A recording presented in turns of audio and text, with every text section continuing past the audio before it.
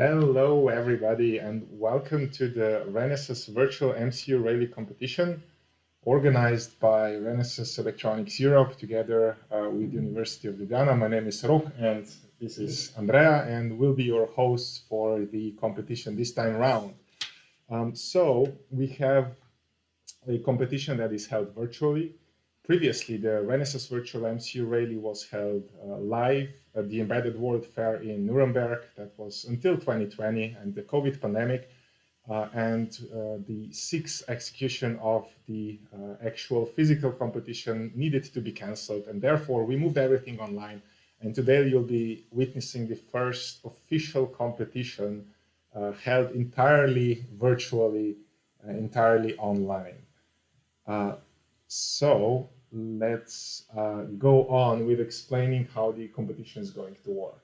Okay, so today we will see 12 robots built by 12 teams.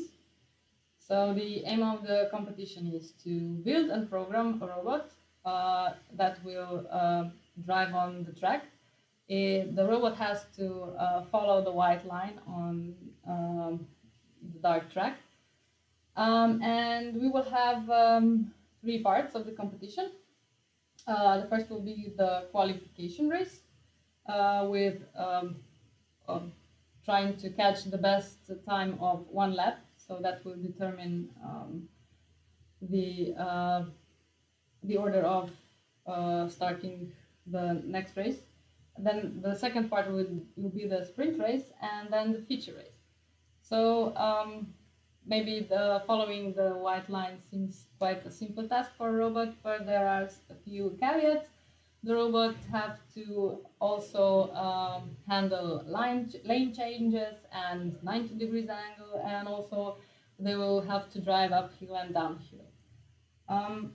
So the points will be accumulated over the three parts, and the scores are then weighted and calculated at the end. So the final winner will be known at the end of the race.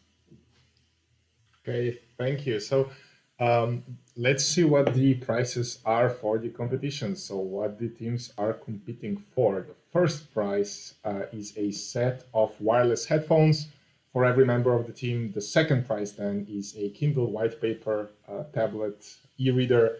And then the third prize is a Bluetooth box. So the prizes are quite attractive. And we're going to see how the teams will compete for them and who's going to win what. So let's start now with the presentation of all the teams. The first team that's actually going to start the qualifying race is called ETF Robotics. The robot is called Fast and Fourier. And the team itself is from the University of Belgrade, School of Electrical Engineering. This is a team that actually also competed in our test race, which happened quite a while ago now, 7 months ago. So yes, the University of Belgrade, one of the biggest universities in the area, the biggest one in Serbia, is going to be competing with their team. The second robot we will see on the track is God, or maybe God, from the team named Fastvex, which comes from the University of Craiova. This is also, I guess, a team, or at least a university that has already joined the competition in the past. So I hope you will enjoy this competition again. And the next one is... Okay, the next one is from the University of Tuzla, from Bosnia, Tuzla Mechatronics team with their robot called Buzzbot.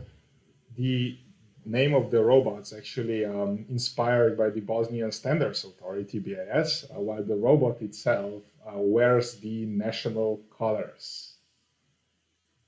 Okay, and the second team from University of Craiova, the team named themselves Robotech, with the robot named Patriotul.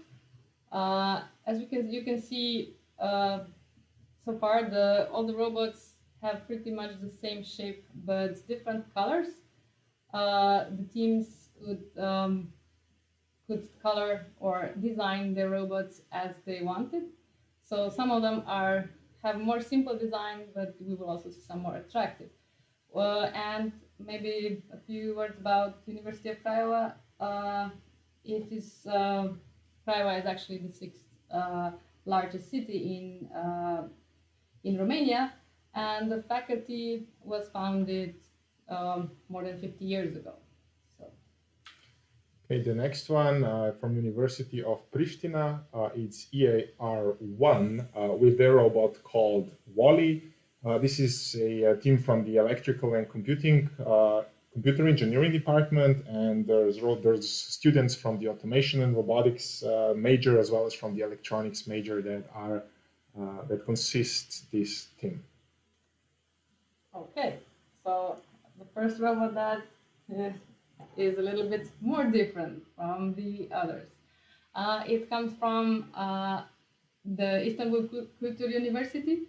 The designers are the team Buke, and they named the robot Ikuro.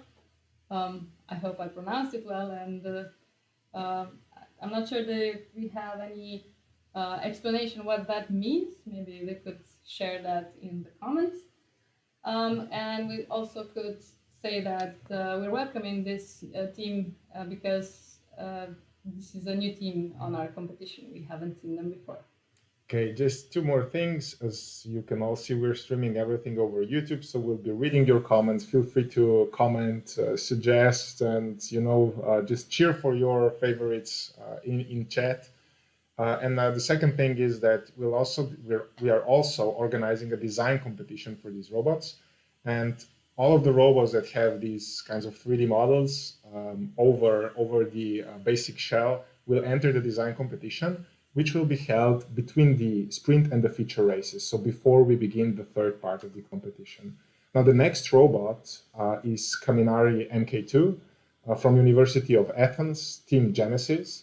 And as you can see, this one also has a nice little, let's say, look and feel to it. So it's going to also enter the design competition. The University of Athens is consists of students from the physics department, but they are actually majoring in, let's say, more practical topics, not just the theoretical physics. And hopefully they're going to do well since it's their first time entering our competition. Okay, next is Brockenblitz 1. The team name is also the same. The team comes from Hochschule Herz. It's from Germany. I guess this is a team of enthusiasts. They have been at the competition also at the previous virtual competition, and they've also joined the competition before when it was taking place in Germany in live. Okay, we have the first of the two robots entering from Dokuz Eylül University from Turkey. This is a university from Izmir, and this robot is called RoboDel. As you can see, it also has formula-like features, looks very fast, looks very competitive, and we'll see how it actually does during the competition. Okay, the second team from the same university prepared another robot similar to the one we've seen before, although in new colors and also a bit different design. Actually, the interesting part of this university is maybe that for us, because we don't speak Turkish, is that when you try to find out what the name of the university means, it refers to 9th September. So. Okay, and there's the second entry from University of Pristina, Team EAR2, with their robot called Glitch. So we have, as you can see, I think it's, 6 different countries, 7 universities, and 12 different teams. 7 countries, yes. Yeah, there's 2 entries from the side of Kosovo, from University of Pristina, Glitch being the second one. And the last team from from Hochschule Hart, the robot is called Broken Blitz 2 this time. Um, as the team stated, um, the names are referring to the Harz region, which is with a mountain called Brocken, uh, where the Harz narrow gauge railways are popular tourist attractions. So now we see where they got their inspiration for the design. Okay, so with the team presentation done, let's just get into the qualifying. So here is the starting order. It's the same as it was within our team presentation. So we'll see the ETF from Serbia first, and then go towards God from the Fastech team of Romania, and so on. So you can see the track itself mimics what we see in real life when we go to these Renesas MCU Rally competitions. There's a timing gate. There's lots of different kinds of obstacles, such as 90-degree turns, hills, and lane changes. And first of all, within each of the rounds, we'll have a safety car go around the track. The role of this car is to track where the robots are supposed to go. And then it monitors whether they've achieved all these different points throughout the track in order to do the, let's call it automatic refereeing of the entire process.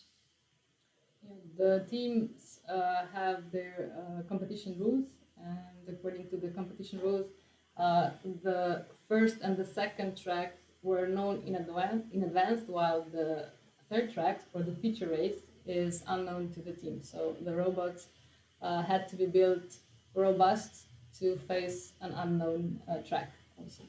Yeah, and this is as much as competition about speed as it is about endurance. Even though the qualification, which is right now going to start with ETF, takes place over one lap, the feature race in the end needs 5 laps. The robot needs five to complete 5 laps, and that's quite difficult, especially with all the unknowns that the robots are facing. So we can see the Serbian team going extremely fast during the first part of the course. Here's a lane change and then a chicane which slows down the robot. This is extremely fast. So just as a form of reference, everything that's under 40 seconds is quite quick. And we'll see them. So the track, this first track is inspired by the Japanese track of Suzuka. We can see the robot going and sliding through the Suzuka SS, and now finishing with a time of 35.50, which is an excellent time for the qualifying track. Okay, the next robot is from the team Fastec. And it went off the track, Already. not even going to the first. So this needs probably a bit of explanation. The robots behave differently when they're simulated in different environments. So just as much as a challenge is making like the robot really quick, just as big a challenge is making it robust to all these kinds of different things that can happen.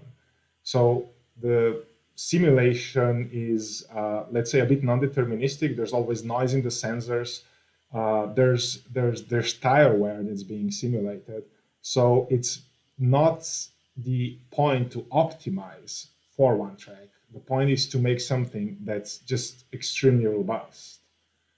So we can see the Bosnian Buzzbot from Tuzla finishing the lap.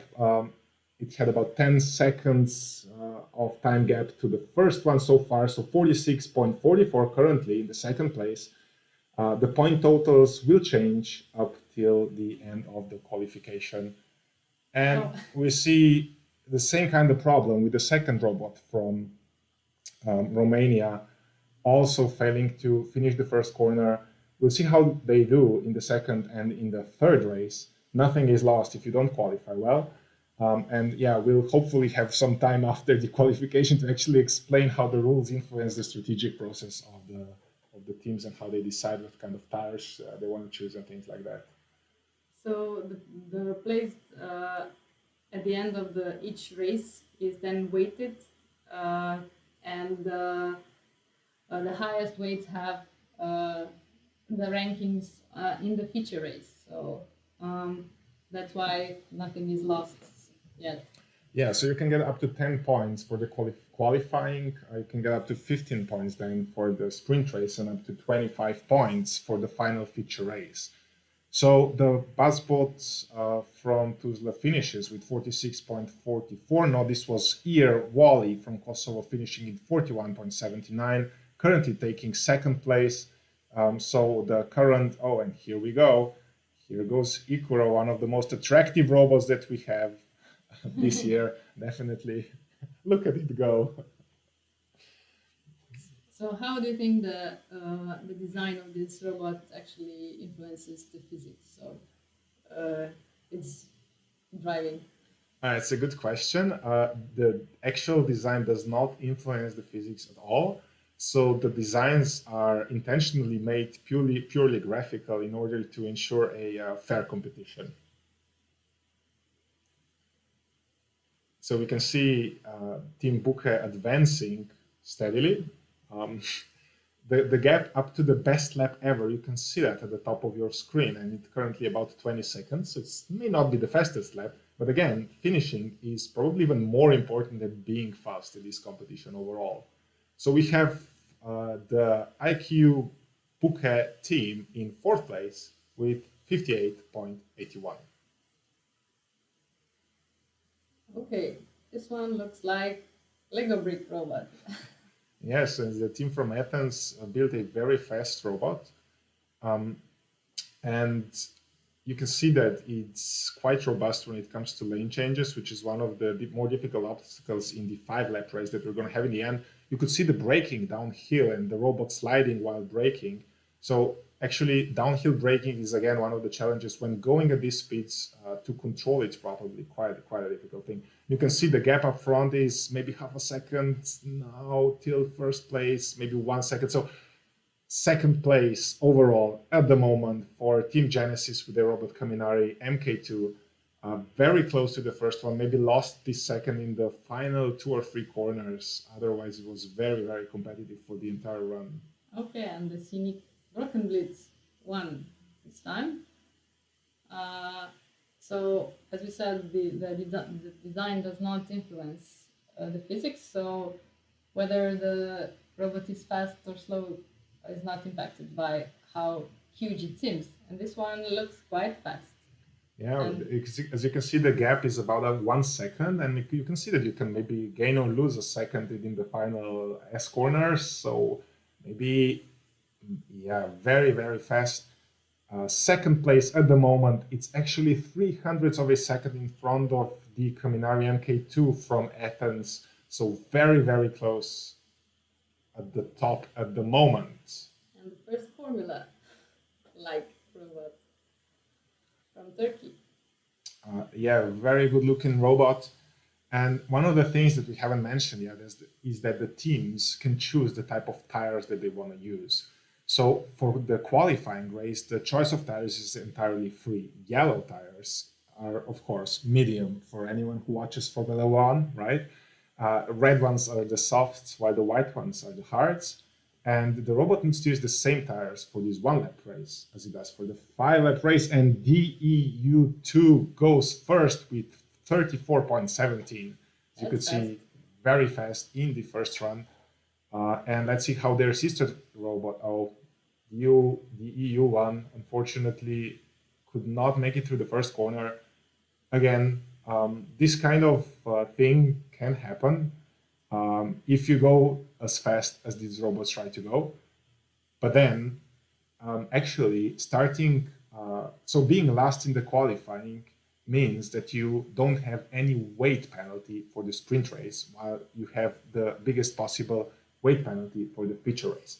So that's another thing that we're going to need to discuss during the day, which is the whole system and how it works and why it's so non-deterministic. So the robots, based on their qualifying spot, get a weight penalty for the second and the third races. So the better they do at the qualifying, the better position they have for the final race. As we see Glitch finishing And Glitch finishes in 5th place, 37.36, about a second behind 5th place, really, really quick, currently gaining 2 points for their team. Okay, so we're waiting for the last one to finish to see the first part complete. And it is Broken Blitz 2. So this one also has yellow tires, medium tires. So far, I think it's going a little bit faster than its sister robot, right? Yeah, it's there, about 2 seconds off of the best time currently. It's still good enough for 3rd place. So yeah, about 700ths of a second better than their sister team. Okay, so here we go. Here are the qualifying results so far.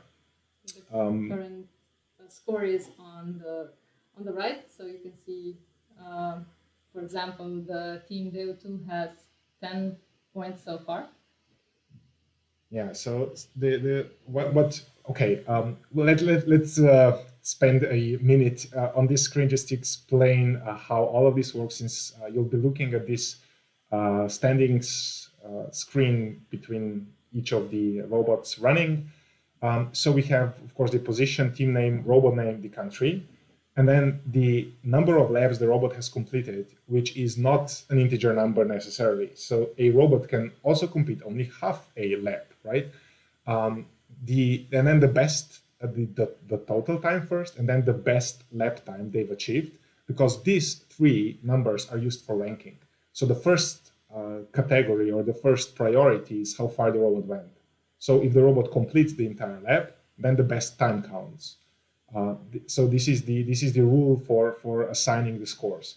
And then the scores are assigned for qualifying, the sprint race, and the feature race, so Q, S, and F.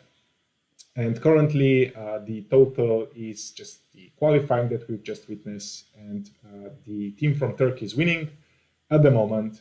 Team from Serbia, ETF, second, and then both Broken Blitz robots from Hochschule Harz.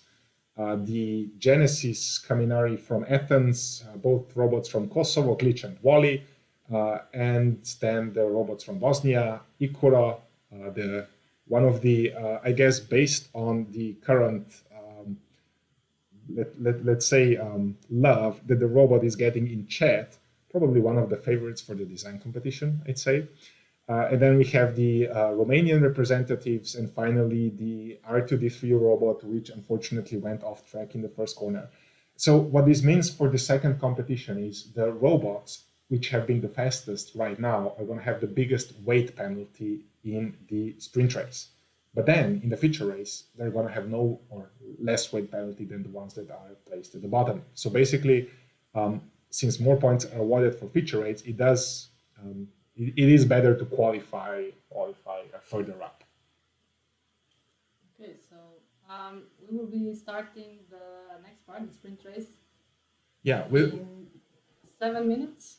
So yeah, maybe we can even make that a bit faster. So the timing of the competition is as follows. We are supposed to start the sprint race, which we're going to start a bit faster at 2:30.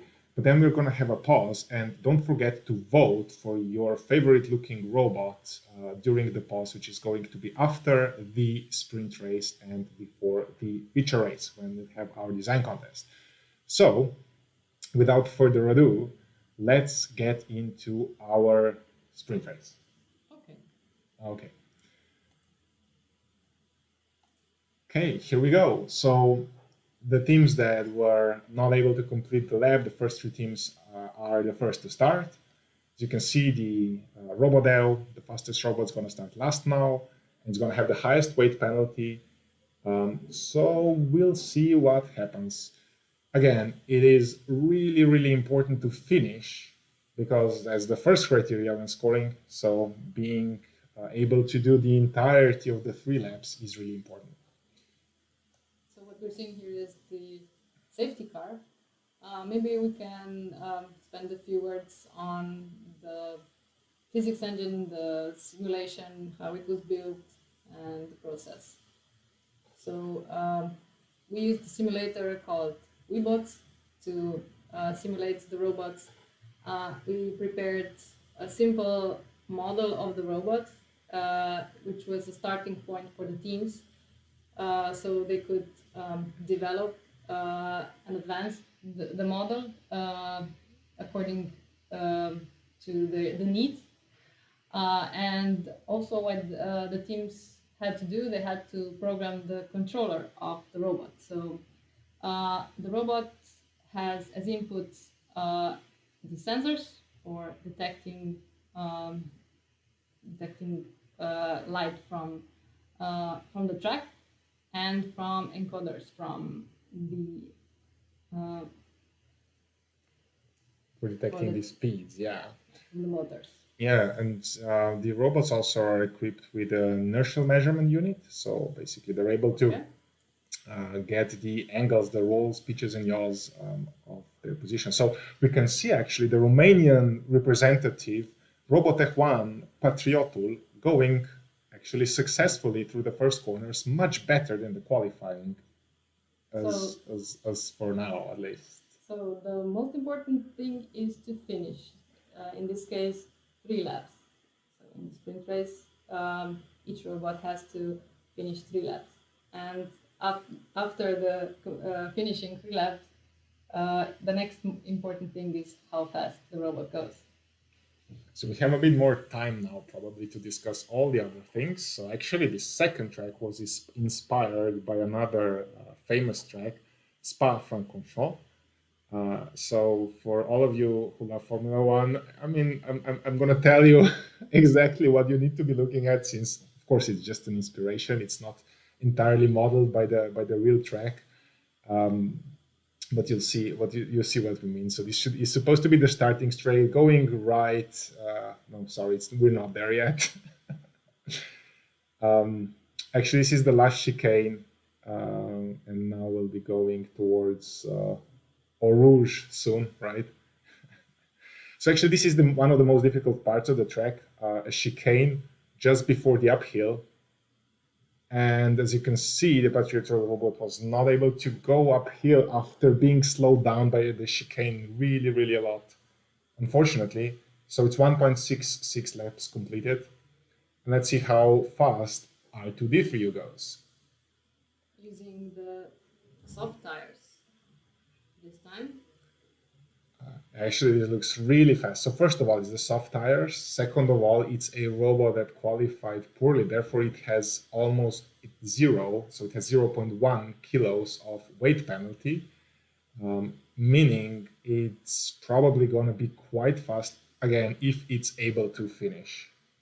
So it all depends on basically being able to keep the tempo. And the previous lap was 35.66. I think that's going to be quite a benchmark, even for the robots to come. This is an extremely, extremely fast lap time. So what changes between the first and the second lap? Why, for example, some robots finish the first one and then get stuck on the second one? Yeah, so the tires, the tire wear is modeled with a loss of friction coefficient over time. So the robots, they lose their grip as they go around the track, and the teams need to compensate for that one way or another. The easiest way, of course, of compensating for lack of grip is going slower.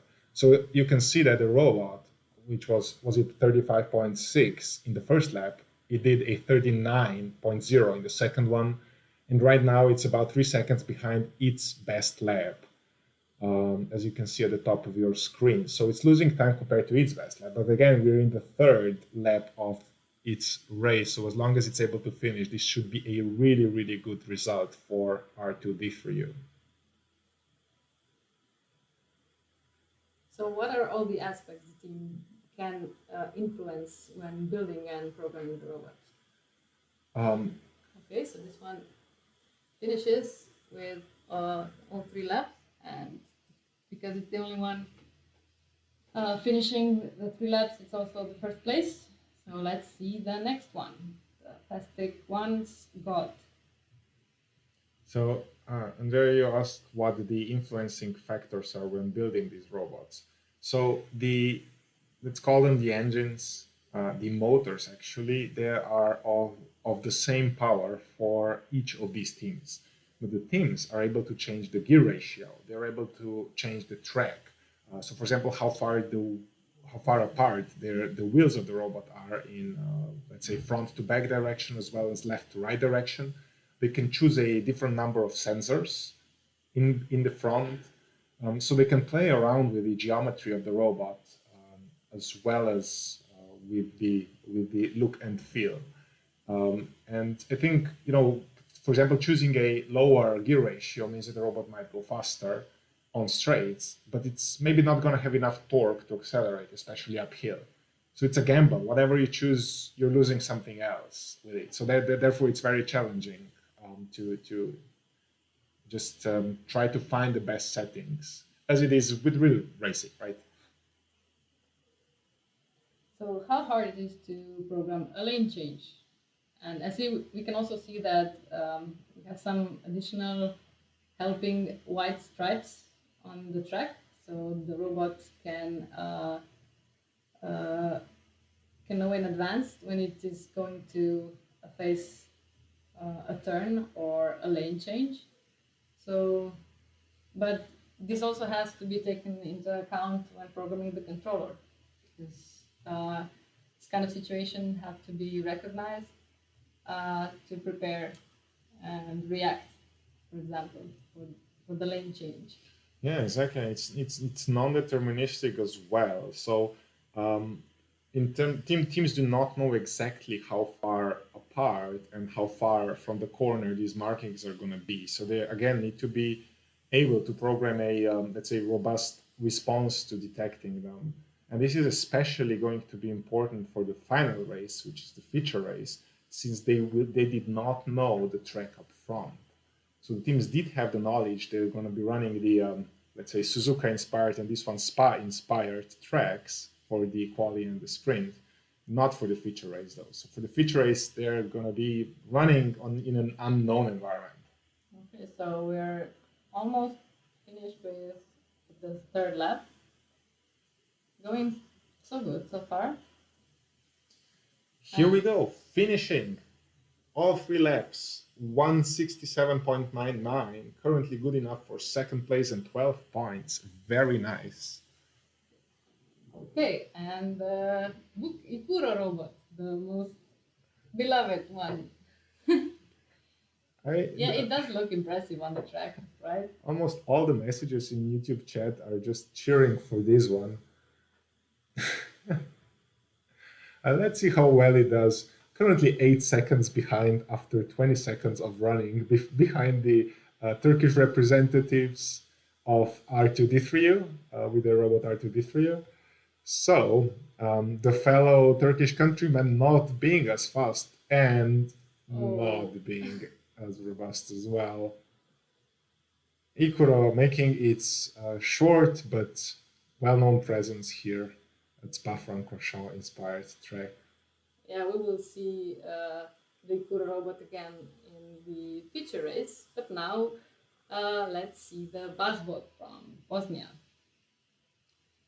It uses the soft tires and it's going quite well. Not as fast as I think. So the buzzbot it was made by University of Tuzla. And actually, it was made by two final year students, Omer and Mustafa, and Almin was their mentor. And they're our, let's say, soulmates, because Andrea and I, we also come from the faculty of mechanical engineering. So they're mechanical engineers, but from the mechatronics department. So let's say practical roboticists, not just theoretical ones. And they seem to be doing quite fine. The first lap is finished. Let's see the second one. So yeah, I think the timing is similar to what we observed with the Fastech 1 robot. So 57 seconds for the first lap, not that bad. And the question is whether the robot's going to be able to keep it up and actually finish the entire 3 laps. Soft tires do wear off quite fast. So the tire choice is basically as follows. For short races, it's best to be on the softs, highest friction overall, but then it drops off significantly after a while. So basically, for mediums are good for medium length races, while the hards are probably the best for the longer races. But even the best teams could not well, did not all choose the same type of tire. So basically, I guess everybody was trying to figure out what the best is for their particular setup. 2 laps completed. Nice. But now the track is actually trying to be the same as the one that was used in live competitions. So that's why you can see that it's a little bit lifted. In the real competition, that was a challenge for the team, so that the robot could not just go off track and then return back. Yeah, so in the real competition, while this was, is this okay? Yeah, we're running into problems with passports. 2.57 laps, good enough for third place at the moment. But as you can see, not everybody's finishing the sprint race. So it is a challenge.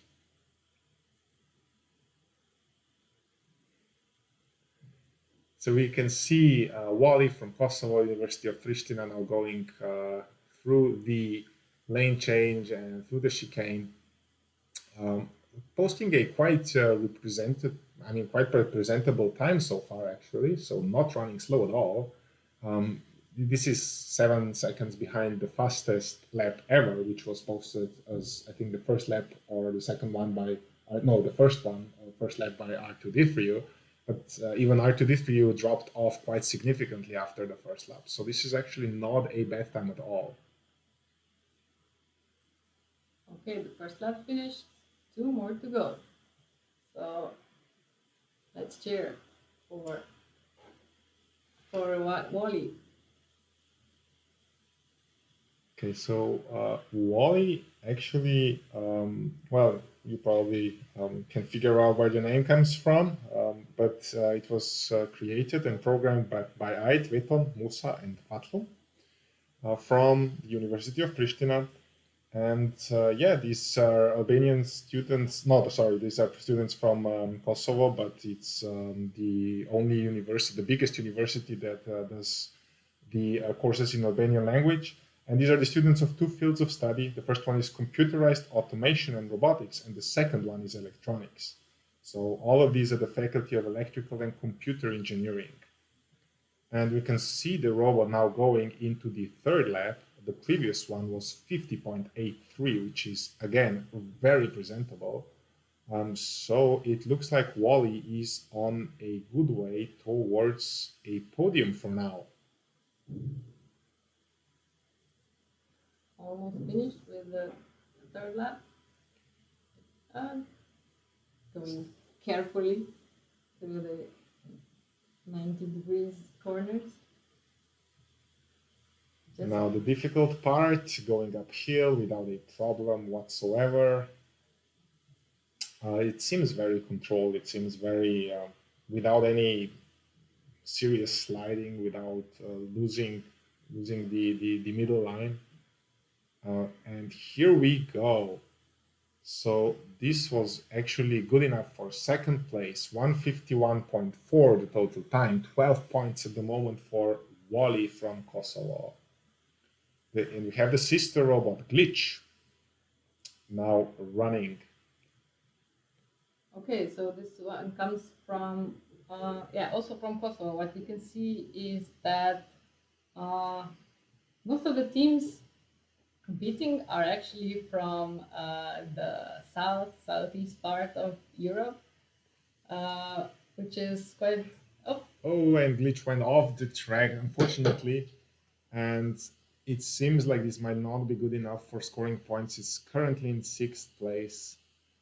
As you can see, most of the teams are having some problems with keeping the robot on track for the entirety of the race. Again, it's quite difficult for teams to anticipate what exactly the simulation is going to look like when they don't run it on their own computers. So they really need to think about the robustness. And let's see how the Greek team from Athens does this. So maybe we can now, or maybe I would like to hear an explanation how exactly does the simulation running on different computers influence the performance of the robot? So what differences can be expected? So actually, the differences come with the, let's say, non-determinism in the actual simulation engine that we're using. So even running the same source code for the robot into different, let's say, scenarios might result in a bit of a different result. Again, there's a bit of noise that's being, let's say, simulated. So therefore, you need to think about just running it a lot of times, testing, as it is with real life competitions. I mean, I've had personal experience with this, going to international robotics competitions with my actual physical robots, preparing for months at a time, and in the end, failing to finish lap one. This is a very good run, by the way, currently by Caminari, going into its third lap. The previous one was 44.72 seconds. So this is going to be actually probably challenging for at least the second place at the moment. Again, if the robot's able to finish. And we can see some cheers in chat from the Greek team. Go team! It's looking quite good. Almost there. In just a few corners. And what's the result? Second place for Caminari, 134.24. It's about 18 seconds behind the first place, but actually not that bad because Caminari did score points in the qualifying and now in the sprint race. So it actually has 14 points at the moment. And here we go with Broken Blitz 1, Broken Blitz 1 from Hochschule Harz now. So the teams actually chose varying, let's say, approaches to this programming problem. And what I liked about the Broken Blitz approach is that the robot actually remembers the track after running on it for a bit more than one lap. So it's able to anticipate the next corner in laps 2 and 3. So we'll see whether this helps them be a bit faster than the others in the subsequent laps now. The first one, again, very fast, 40.85, everything around 40 seconds is actually pretty competitive, as you can see. Yeah, remembering the track makes use of gaining higher speeds on the straight parts of the track and using lower speed when going through corners. Yeah, exactly. Imagine being able to anticipate up front when you need to brake, right? So you can optimize the straight line speed for sure. And in its second lap, it's going about 6.3, 6.5 seconds slower than the first one. It's still 42.15, not the first one, actually the best that was so far achieved by R2D3. So I think actually this is very competitive. Again, it's going to be probably, we're looking at a close second or third right now for Blocken Blitz 1. Going through the chicane again, disaster can strike at every corner. So just keep that in mind, okay? Until the robot finishes, it's not over. Because we've seen that even in the real competitions, going really well, but then, in the last lap, in the last corner, has anybody watched Formula One this year, right?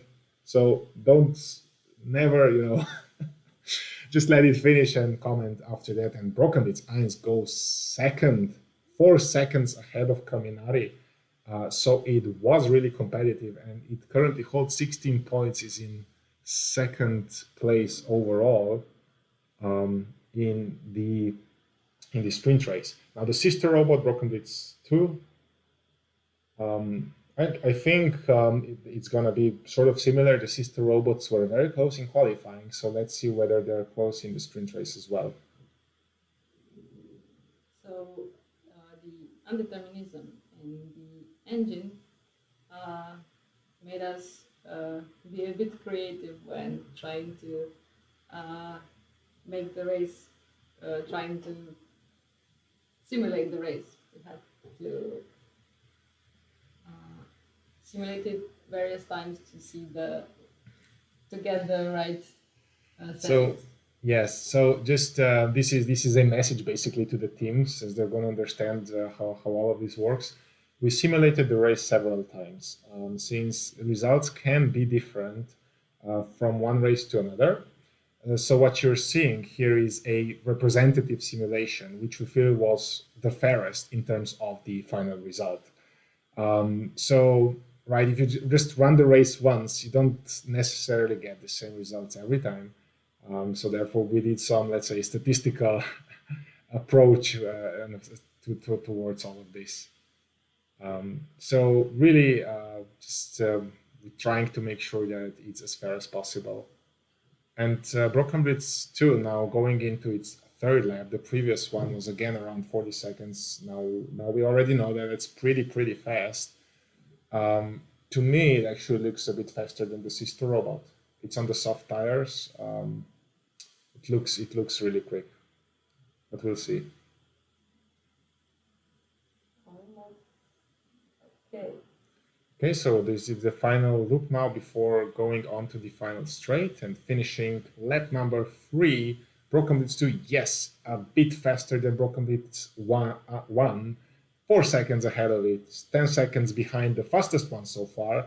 And as you can see, the updated point totals, these might be very close in the end, at least when it comes to points. So now we're seeing the robot that opened the competition. The robot from Serbia. And it's our basically penultimate robot in the sprint race. Since it's finished second in the quali, going okay so far. You can see the gap to the best lap ever being about 3.4 seconds at the moment. Actually gaining some time over these corners. So it seems to be doing well in the regular corners, but maybe not as well with the 90-degree turns and lane changes. So how does the weight penalty influences its drive? Oh yeah, for sure. This one has the biggest possible weight penalty at the moment, which just makes it quite difficult for the robot in terms of just having a larger inertia to stay on the track. Meaning it's going to be more difficult to slow down, more difficult to accelerate, mostly, which are the two very important components when doing the lane changes, the 90-degree turns, and the uphills and downhills. And the controller it's using, it's not adapted to this weight penalty, right? Not necessarily, no.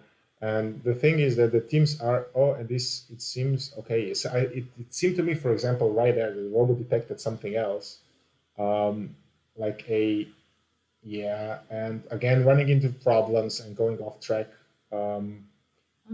Unfortunately, finishing with 2.49 laps, currently good enough for 1 point, but we'll see how the final robot does. Again, as you can see, nothing's certain until the robot actually finishes. So even in the last corner of the last lap, it can all go wrong,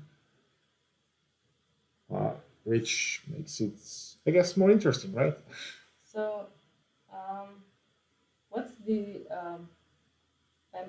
weight penalty compared to its own weight right now? Yeah, okay. The weight penalty goes from 0 to 1 kilo maximum, and that's, let's say, maybe 25% of the entire mass of the robot, or even a bit less. So it does influence the behavior of the robot, but it's not heavier than the robot itself. And the weight penalty was added just to make sure that it's not, the optimization is not the only approach to the problem. Because if everything's deterministic, if you know everything in a deterministic simulation, you can just do infinite optimization. And it's not the point, right? The point is building something that's robust, something that's able to last while being fast, because that's what's actually required in real life situations and in real life robotic competitions. So yeah, we can see RoboDeo now from Dell University in its third lap, 45.21, quite good.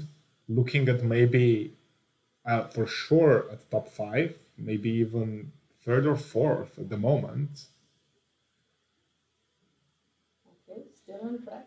That's good. And having some fans in the audience as well.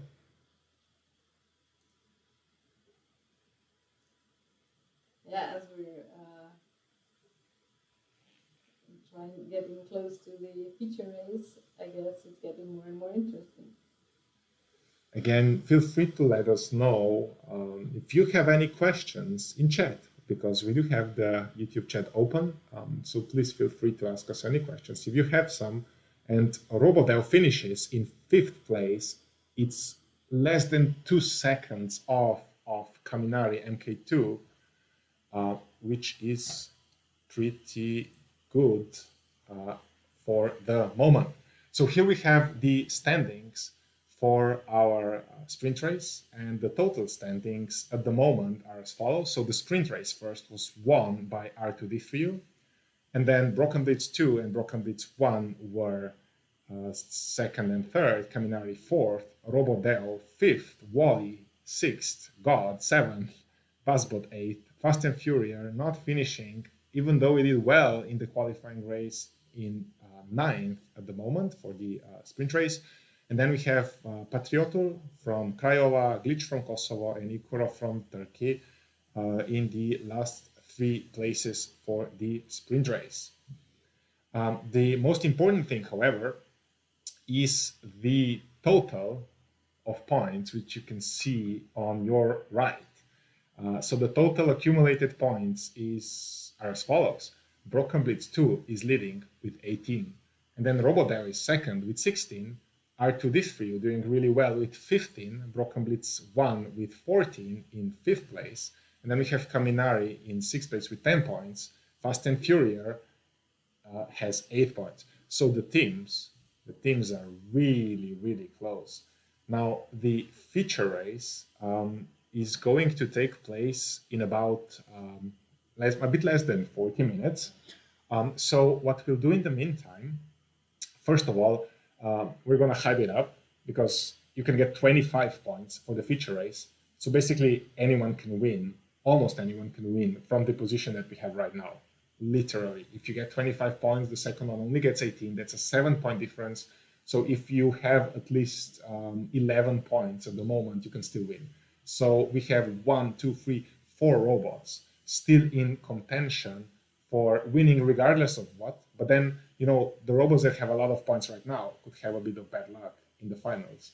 So therefore, even if you have maybe 8 or 10 points, you can easily win the entire thing by going first in the feature race. So do not despair at the moment. Even if your robot, if you're watching this and you're a part of one of these teams, is not the first at the moment, everything can change quite quickly.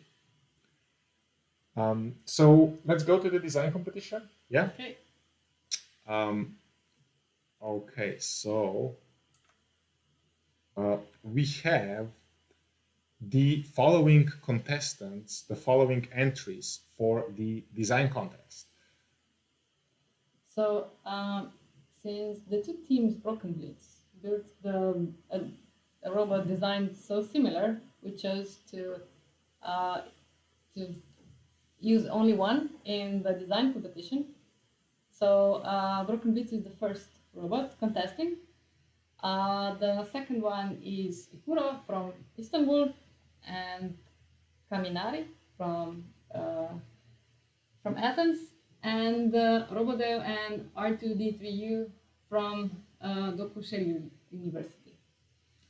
So you can vote at the following link, and we'll try and type it into chat as well, but it's HTTPS, and we shortened it to bit.ly/MCU design. So we've just posted it in chat as well. And as you, yeah, you go can also ahead. see the prize. It's the Fitbit watch. So we'll see who the winner will be. So that's what you can expect for your design efforts and ideas. So what we'll do right now is we're going to take a little bit of a break. So the feature race is going to start at 3:30 sharp. But just before the feature race, we're going to announce the winners of the design competition. So go ahead, go and vote on this address. You can vote only once from each of your devices. Make sure to call your friends. Make sure to organize the voting as well as you can, because the prize is a Fitbit watch for every member of the team that wins this. So yeah, we're not just playing here. It's actually a proper design competition. Again, only the robots that actually added something to the original design, not just the coloring, are here in the competition. So these teams are the ones that actually really made some efforts to make their competing robots look really nice. So again, we have Rock and Blitz, the train-like robot, Ikura, the quirky mustache man with a hat robot, Kaminari, which is a great-looking robot as if it were made from Lego bricks.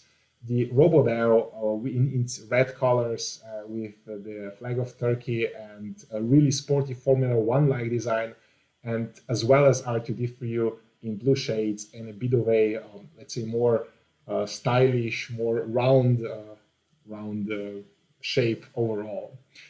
So the competition is not over. We'll be back with the feature race. We'll be back with the results of the design competition in about half an hour.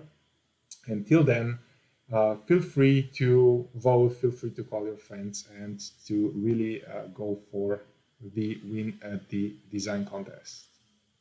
So see you soon. We'll have a countdown so you know when to return back to the stream.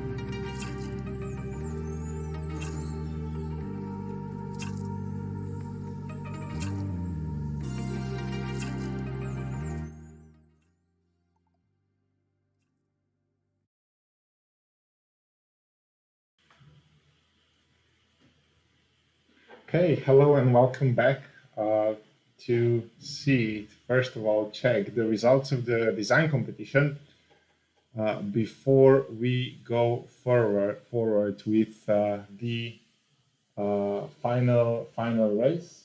So the results so far have been very interesting. Let's see who will be the winner of the design competition. Okay, so you were very good with the voting. We've received almost 700 votes in total. So bravo to everybody going for the votes. And let's first of all list the ones that received the least amount of votes that did not win, unfortunately, and build the attention towards the actual winner of the competition. So the worst voted, unfortunately, in this collection of really nice designs was Broken Blitz from Hochschule Harz. Unfortunately, guys, the train, even though it's really appealing, We really liked it. we really liked it. Unfortunately, did not get a lot of votes in this competition, so we're really sorry for that. And then the second worst, so also not a winner, unfortunately, is R2D3U. Received just a bit over 10% of votes. So unfortunately, guys, from Dokuzail University with R2D3U team, your robot, even though it's designed as a nice Formula One car, did not win this competition. And then in third place was Ikura from Istanbul Cultural University, the quirkiest robot we have, the robot which I think has a lot of live fans, but maybe that did not have the appropriate voting background or the majority. The only robot that has eyes, which makes it even more appealing. It's very personable. It's the only robot which obviously has a personality even without looking at anything else. So let's see who won between Kaminari and Robodel. And the winner of the design competition with approximately 30% of the votes is Robodel from Docus Alien University. Congrats, guys. And you'll be receiving the Fitbit band for the design competition win. So congratulations, guys, on the design. I guess there you have a lot of, let's say, support also from your friends and colleagues, as well as the robot itself looks quite as a proper racing car. So congratulations on the design win. Yeah, I guess the red color has helped.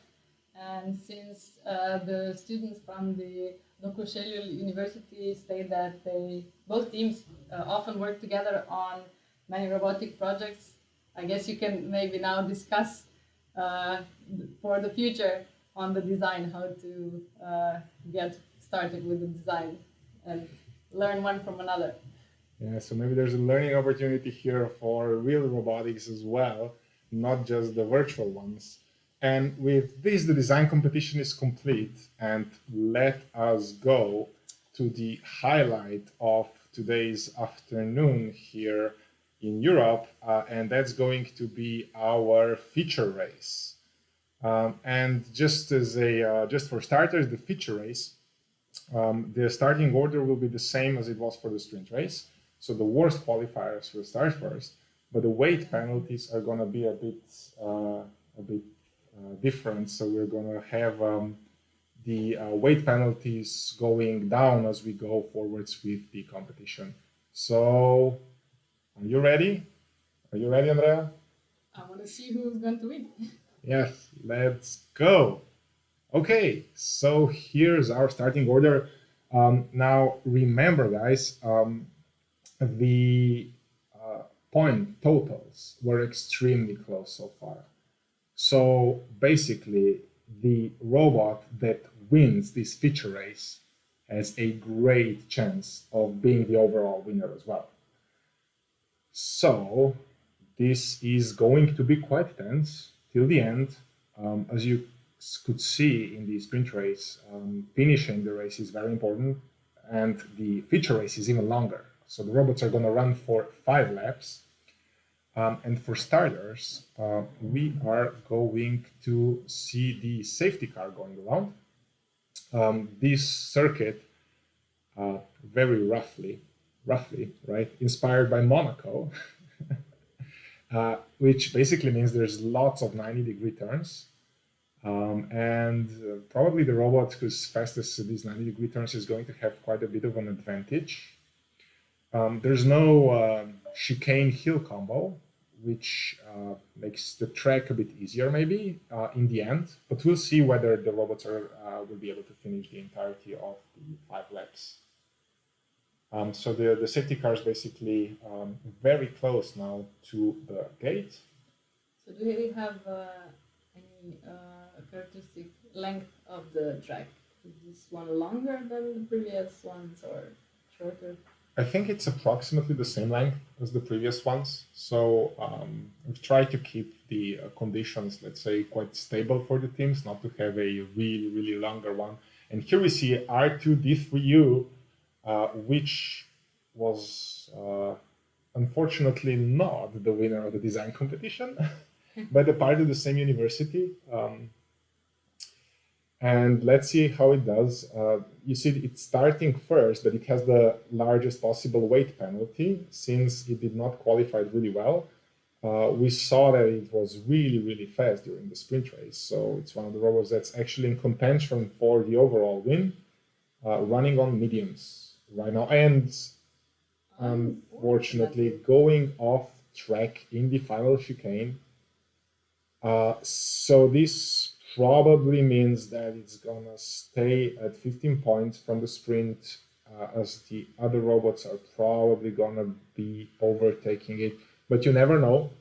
Lots of teams will probably have problems finishing the entirety of the track. They have not seen the track up front. They have not optimized for this track. So it's going to be quite interesting. Romania. So now we're seeing all the robots trying to get the last track that they haven't seen before. So this is a special challenge. What do you think went wrong with the previous one? And it seemed that something went wrong in this last lane change. So you see, it's the thing is that it's usually the combination of the distance of the markings to the lane change or to the 90-degree corner and whatever the previous obstacle was that gets the competitors, right? So if these robots are only doing 90-degree turns, they're going to do them really well. But if they do a combination of a 90-degree turn right into a lane change, that's a problem. And we see the third robot again finishing very quickly. So actually R2D3U is gonna be getting some points maybe because, no, definitely because 10 robots get points for the feature race. Okay, another one from the design competition. So let's see how the feature race will go. So yeah, how this all goes for Ikura. IKU, Istanbul Cultural University, as we saw. So yes, one of our new entrants for this competition. Oh yeah, going off track in the lane change. So the lane changes seem to be a special problem, especially a problem for the teams in the feature race. So far, it's not been going great for everybody since nobody's actually finished the entire lap. Hopefully, we're going to see the robots doing better as we go on with the competition, as we see the ones that actually qualify faster. But again, it's a challenge of just putting your program, putting your software, your hardware, your design onto a new track that the robot has never run before. And as you can see, there's issues for everybody. So seeing this.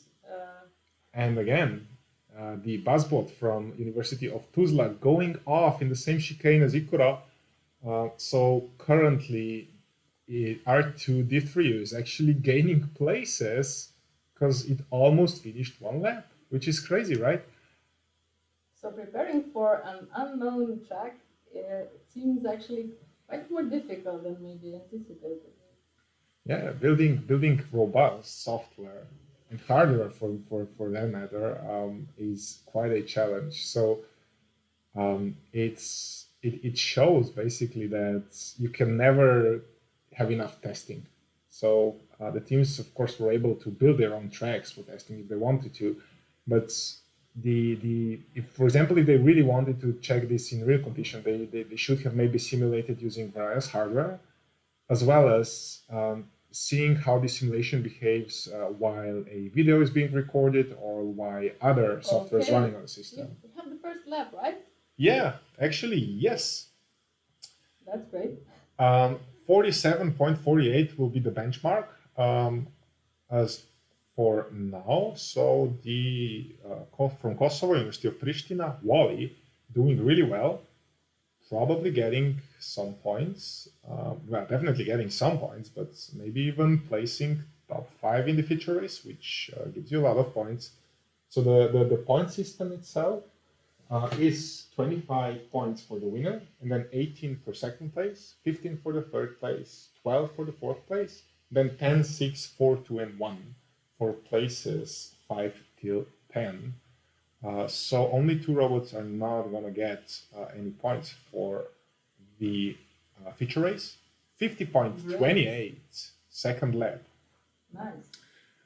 Yeah, it seems like we're going far with this one. Again, it's not just 3 laps, it's 5 laps for the feature race. Every lap counts, right? Yes. So it seems that also preparing a robot for a simulation is not that simple.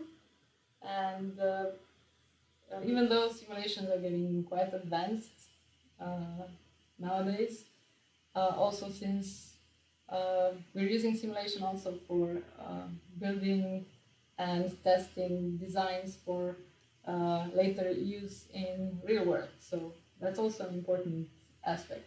Yeah, we haven't really talked about what's in this for the students, right?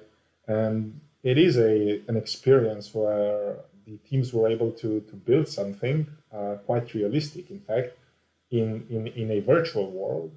So the virtual world, as you can see, poses its own challenges, not that dissimilar to what you can experience in the real one. So it's good practice. It has, I think, a lot of educational value.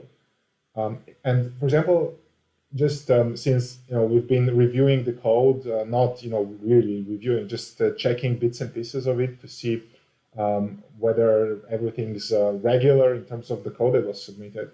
But you have teams here that have done PID controllers for all the wheels and have done like really proper, let's say, control theoretical approaches towards the problem.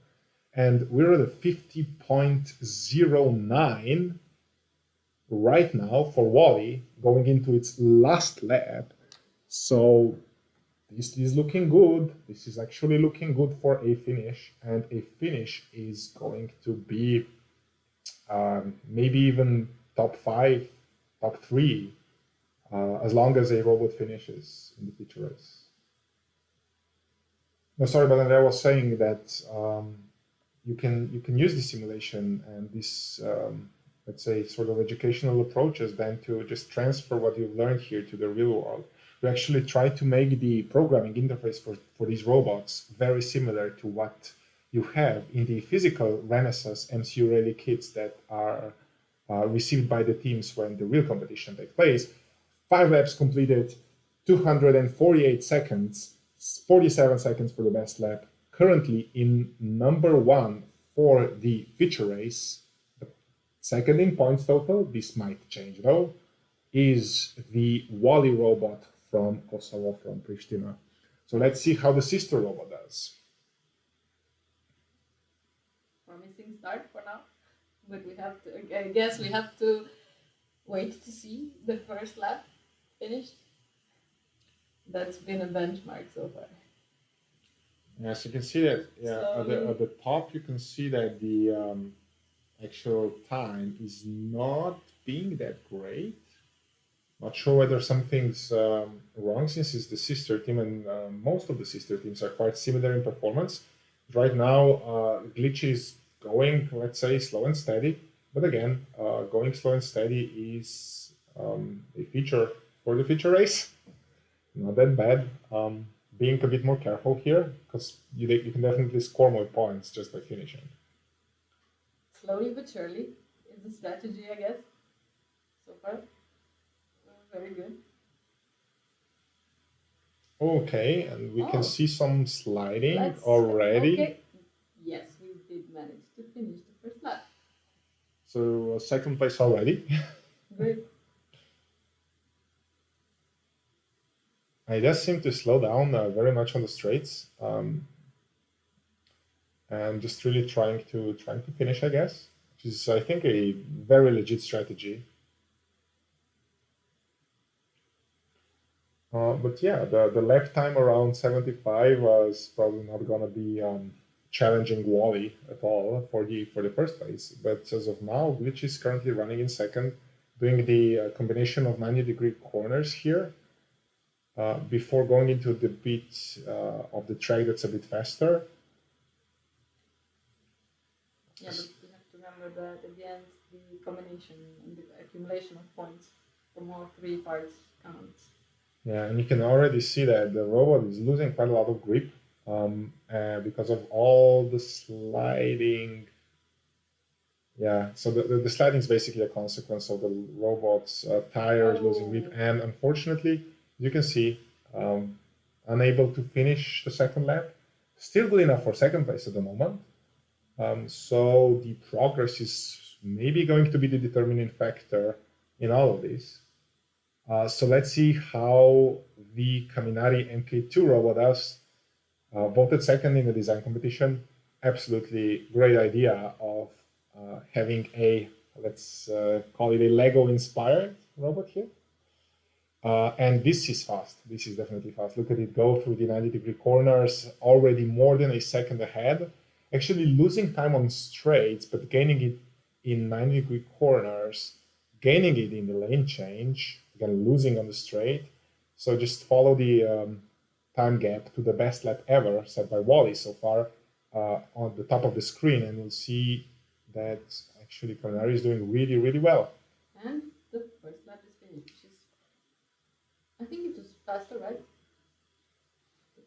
It was, yeah, the time is better than Wally's. Yeah, it's a 45.5, which is the new benchmark for sure. And currently it is running approximately at the same pace. It's probably going to slow down. The same pace is usually at the beginning of the second lap, since the robots do have a running start at the beginning. So let's see what happens in this final part of the track. We have left and right chicanes, and then 90-degree corners, lane changes. So it's quite a technical ending to all of this. Okay. Very good. The second lap, it was more impressive for me than the first one. 45.6, so only a 10th difference while losing grip with the hard tires. So really, really good. Really good. Yeah, hard tires. We expect them to last longer through the 5 laps. Yeah, I think this is the sensible choice overall, going with the hard tires for the quali and then the feature race. But then again, you don't want a lot of weight penalty for the feature race, so you do want to qualify faster. So these are the kinds of decisions that the teams have to make, whether to take soft tires, be maybe a bit faster in the qualifying, but then don't have, since they have to use the same kind of tire for the feature race, maybe not have the endurance basically to finish the entirety of the 5 laps. So in lap number 4, still running approximately at the same pace. This is incredible. So the first lap was 45.5, the second one 45.6, the third one 45.7. So within a few tenths of a second, the fourth one looking just as good. And still staying on track. A little bit to finish. So it seems to me that this team has optimized for endurance. Basically, they figured out what the parameters are for the robot to be really robust, I guess. 45.6, even better than the third lap on the fourth one. So extremely consistent. This is not something that we've seen in the previous stages of the competition. So the robots were always slower in their second and third laps. This one's just keeping the same pace, just going steady. So to me, it's quite amazing that they were able to achieve this. And we talked about the team from Athens. These are students actually from the physics department. So it's, I think, the only team that's based. Yeah, I think we've mentioned that, but they're basically from the physics department, while most of the other teams are from either electrical and computer science or from mechanical engineering faculties. So yeah, this is actually the electronics lab of the physics department, and they finished with 228.2, winning at the moment, 25 points currently for the feature race. I think an absolutely great run. Maybe not the fastest first lap, but then just consistent throughout, and you can see how important consistency is, since a lot of the teams are not finishing the feature race. And now we're seeing Broken Blitz 1. And see how it will be on the first lap. It's got a little problems, but stayed on the track so far. Getting closer to the end of the first lap. Oh, yes, I think this is going to, yes, nice. So by far the fastest lap so far, 40.8.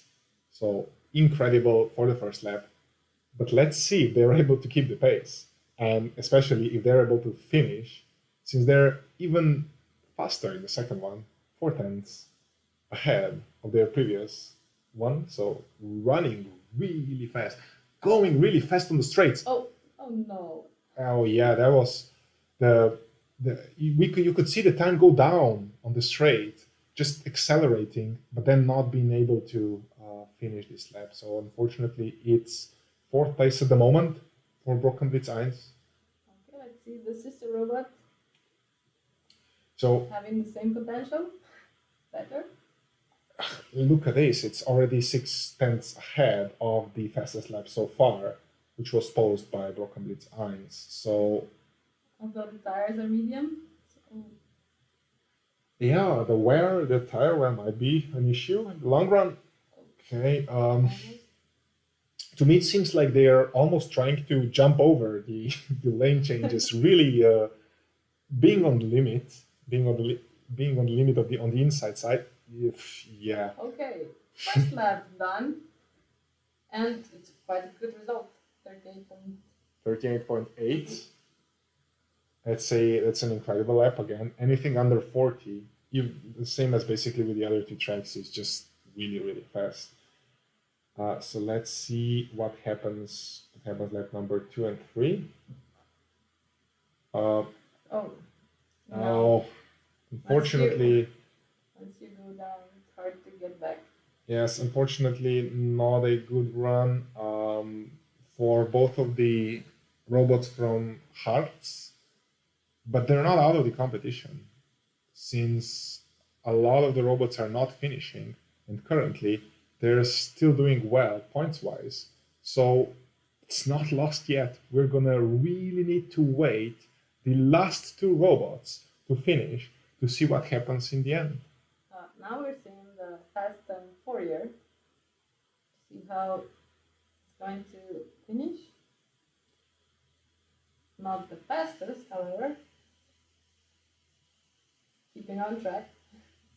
Yeah, but the fastest times were set by the Broken Blitz robots, which were, I don't want to say it like that, but they were too fast for their own good, because they were just shattering the track record while in the end not being able to finish. So okay. It needs to be something in between. And so this is in line with Caminari MK2, right?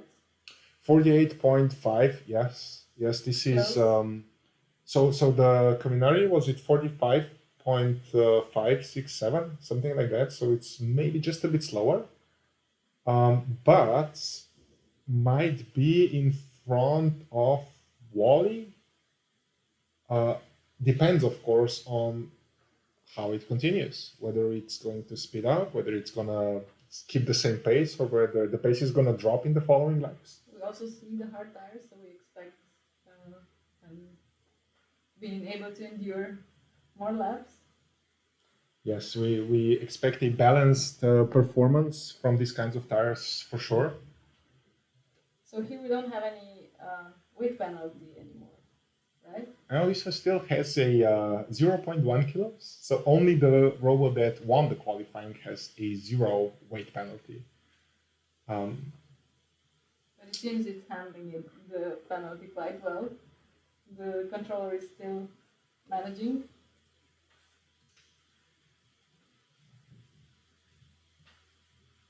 Okay.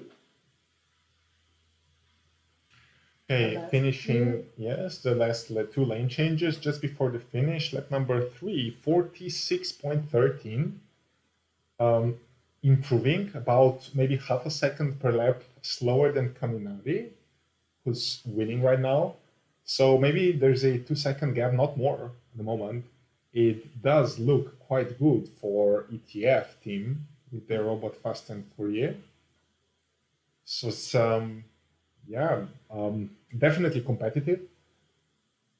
We like the design, probably trying to conjure the Serbian flag image with the red, blues, and whites, which is actually similar to our own flag, which is the Slovenian flag.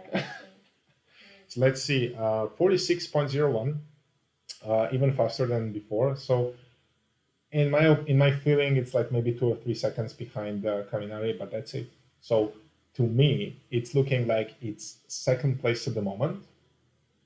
And second place at the moment will mean also good chance of a top 3 finish overall, for sure. But disaster can strike at any time. So be on your toes. Really, everything can happen. Something can happen in the last corner, the last lane change, and here we go. Here's the last lane change. Yes. Yes, good. Great Nice. finish, second place, 4.4 seconds behind the first place. Currently at 26 points. Currently, this would be good enough for third place, since one of the broken blitzes actually was acquiring points or gaining points throughout the 3 races. And here's the final one. It all depends on how the robot who won the design competition with their Formula-like car, how they're going to finish with their medium tires. This is extremely fast. This is extremely fast. Again, it makes me scared, right? Because we saw with broken blitzes that being so fast is dangerous. And the last lane change. The last lane change, and unfortunately, that's it for the Robodel robot.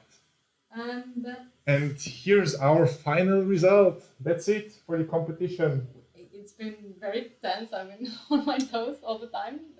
Okay, but let's first interpret the table. So just look at the point totals on the right. So you can see that the winner is Caminari with 35 points. The second one, surprisingly, in a way that it did not finish this feature race, is Broken Blitz 2 with 28 points.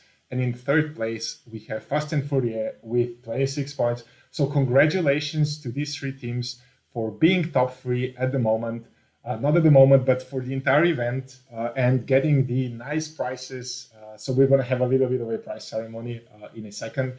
But I want to say, first of all, congratulate all the other teams as well, because it has been extremely close. If you look at these scores, there's Robodel, which just unfortunately, or R2D3 from the Courgelio University, who are not able to finish the feature race. But actually, the first one won the quali, the second one won the sprint race. It just all went wrong in the feature race. So, even though the results maybe not the best, I want to congratulate, first of all, them for winning the first 2 races. Congratulate also Broken Blitz 1 team, who did almost as good as their sister team. And especially congratulate Wally and Glitch from Pristina, from Kosovo. They won so they were close to winning the last race, basically just by finishing with their Wally robot, getting 19 points in total, which is the same as R2D3U. So placing in the end 1, 2, 3, 4, 5, placing top 6 out of the 12 teams. It has been extremely close. And as always, reliability just beats pure speed, and this is how it all ended. It's been a really nice experience for me to see all the robots. I hope you enjoyed working on the robots and seeing your robots perform. Uh, Thanks for competing. So now, I guess, Now, for the official announcement. for the official announcement, here we go. So in third place on the podium, ETF Robotics from University of Belgrade with their robot Fast and Fourier. Congratulations, guys. Congratulations. Well done. Well done on finishing the last race. Well done on building a very complex controller and having lots of sensors, running slower than real time, even on a strong computer in the end. Just programming all the PIDs and everything. We've been extremely impressed with your robot, your code, with your performance now in the end as well. The next, Broken Blitz 2. So, congratulations for the most northern team in the competition, one of the most northern teams in the competition. We've been definitely impressed by your design, especially since it was inspired by your local feature. Yes, and from the perspective of the controller, we really enjoyed not looking at your code because we didn't really look at it. We just saw that you were trying to remember the track and using that to go faster the second and the third time around and so on, which I think actually cost you in the end in the feature race because going just really fast during the straight and then having a problem with the lane change, but very, very, very impressive, even in terms of programming as well as the design. And the winner from University of Athens, Greece, from Team Genesis, Kaminari, MK2. Congratulations, guys. Unfortunately, the design competition slipped slightly out of your hands, but congratulations now in the actual competition for winning the entire thing. This is a great achievement for a team like yours who has not been a part of this entire journey of building this virtual competition, but you've just joined for this one. And I'm sure that you've enjoyed this as much as we did in terms of just having fun with the programming part, even being frustrated, but then learning about new things, which is always a feature. So maybe before we finish, maybe some last words from you, Andrea. Yeah, we've been very impressed by the designs and by the robustness of the robots.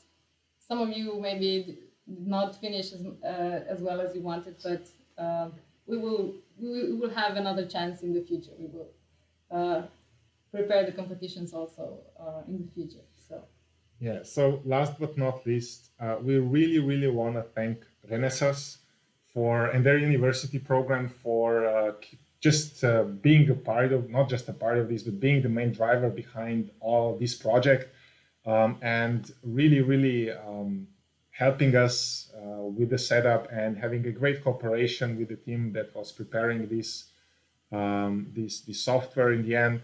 But just an incredible experience. Special thanks to Cornelia, to Steve, and to Jerzy, who've been, let's say, in communication with us throughout the process from Renesas Electronics Europe. Again, a big thanks. The project itself is open source, so you can use it in your free time. You can use it for educational purposes, for tutorials with other students. And we'll see how we go forward. I'm sure we're going to try and make this competition not just a one-time thing, but especially if you can give us, for example, some positive feedback, I'm sure we can try and do this kind of thing again. And hopefully this is not the end, not just for the virtual competition from Renesas Virtual MCU Rally, but also for you and your to all the teams, right, to all of your cooperation and all your engagement with this project. So with that, thank you. Thank you, and that's it from our side. enjoy the rest of the day and celebrate responsibly. Bye. Bye.